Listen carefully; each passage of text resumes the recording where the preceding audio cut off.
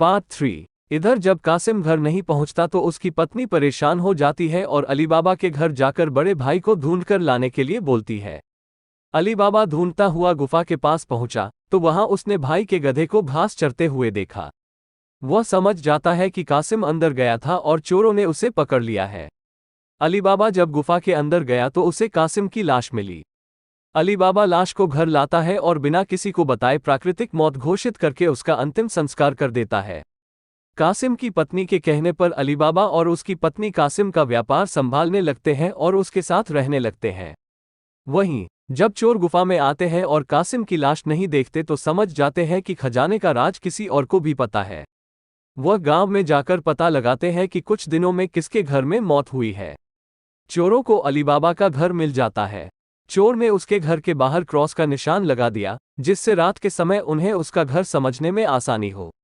वहीं अली बाबा ने जब अपने घर के बाहर क्रॉस का निशान देखा तो वह समझ गया कि चोरों ने घर का पता लगा लिया है। उसने वैसा ही निशान सबके घर के बाहर लगा दिया। रात में जब चोर आए तो सबके घर पर वैसा निशान बना देखकर दुविधा में पड़ गए और वापस चले गए। चोरों का सरदार चुप चुप बैठने वालों में से नहीं था। उसने उस मोहल्ले में अपने आदमी को भेजकर यह पता लगवाया कि हाल फिलहाल में कौन शख्स वहां अमीर हुआ है। इससे उसे अली बाबा के बारे में पता चला। उसने उसका घर अच्छे से पहचाना और रात के समय में तेल व्यापारी बनकर उसके घर पहुंचा। वह अपने साथ तेल के 40 पीपों को लेकर गया, जिसमें 39 में चोर और एक पीपा में तेल था।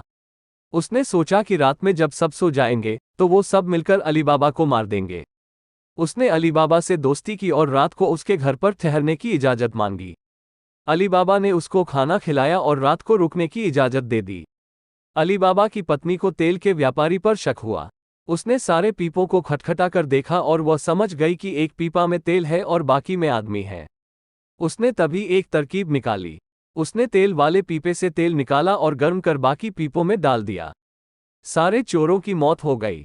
रात में जब सरदार ने चोरों को निकलने का इशारा किया तो एक भी चोर बाहर नहीं निकला। उसने पीपों को खोलकर देखा तो सभी चोर मर चुके थे। ये देखकर वह इतना डर गया कि अपनी जान को बचाने के लिए वह तुरंत वहां से भाग गया।